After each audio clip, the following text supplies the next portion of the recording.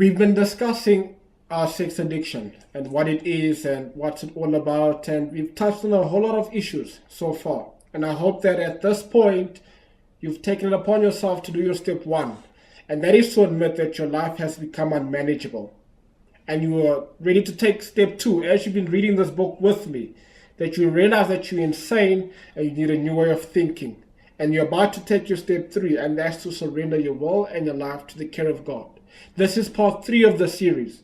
Fortunately, because of our circumstances, we'll only do 3 parts today. And we'll continue with this as time goes by. But I want us to understand one thing. That we are men. And part of being a man is being responsible. Is it easy? No. Does someone want the job? No. Someone has to do the job. And right now we're living in a world where men don't want to be men. Men don't want to take responsibility and don't want to do the right thing. Now, with that having been said, you cannot work a program without a God in your life. You cannot work this program by yourself.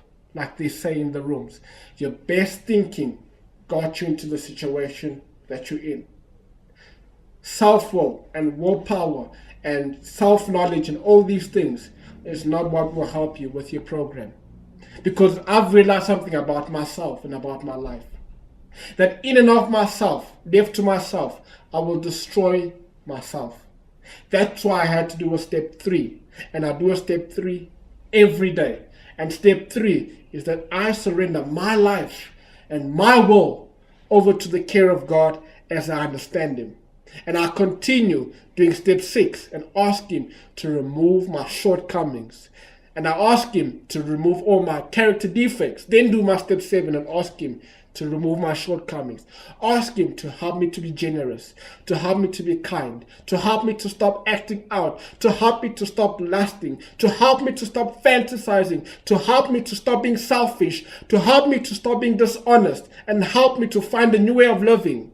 After that, I move to step 11, where I ask only for His will for my life. Only for His will. Not for Him to make me rich, to give me money, to give me this, to give me the nicest clothes, everything. Yes, I would love those things, but that's not the most important thing. The most important thing is that I find the will of God for my life and I live according to the will of God. After that, I can do my step 12, which is what I'm doing right now, and to carry the message to the still suffering addict. In our addiction, we lost control of our behavior. The disease had a life and agenda of its own. And that's what the disease is actually. See, like we said with step 11, God has a will, a plan, and a purpose for your life.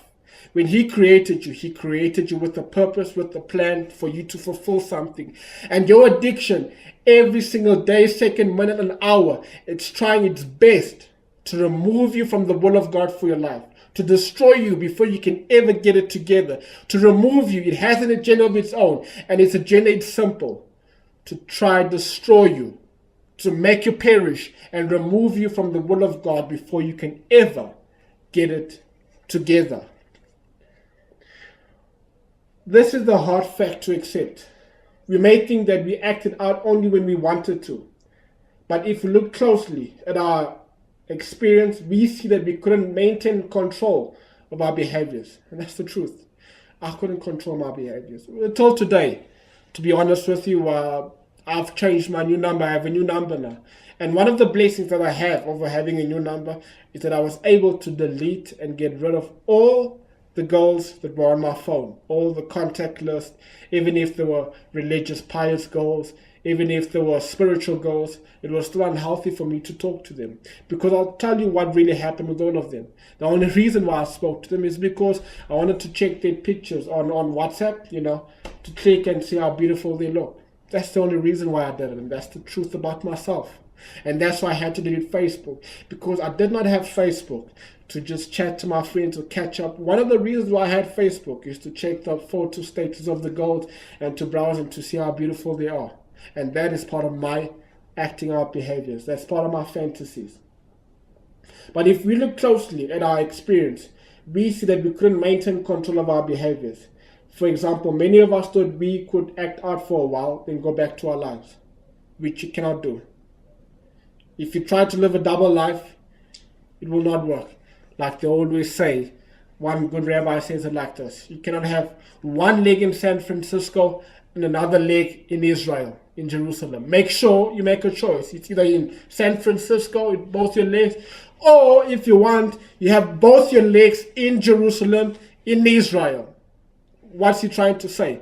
You cannot have one foot in recovery, trying very hard to work a program, reaching out, calling your sponsor, everything. At the same time, you still listen to all kinds of music, watch all kinds of television, chatting to girls, having Facebook pages, and doing all these things and think that the program will work for you. It will not work for you. It will definitely not work for you. You have to commit to one way of living. You cannot have two lives. If you want to be in the program, you have to be in the program. You have to do all the things that the program asks you to do. You have to follow the suggestion. You have to take out that old way of thinking. You have to change your ideology. You cannot make it with your old way of thinking and think that you'll find recovery. You will continue to relapse from today until the Messiah comes. We thought we could engage in one favorite behavior, such as cruising the internet, which many people do, only to find that we didn't stop when we said we would. We always make these promises: oh, this is the last time. After this, I'm done. After this weekend, I'm done. After this, I'm done. After that, I'm done. Sometimes we didn't stop until we absolutely had to, because you're about to get caught, or time has run out, or things like that. When we were active in our addiction, it was difficult to stop our sexual preoccupations.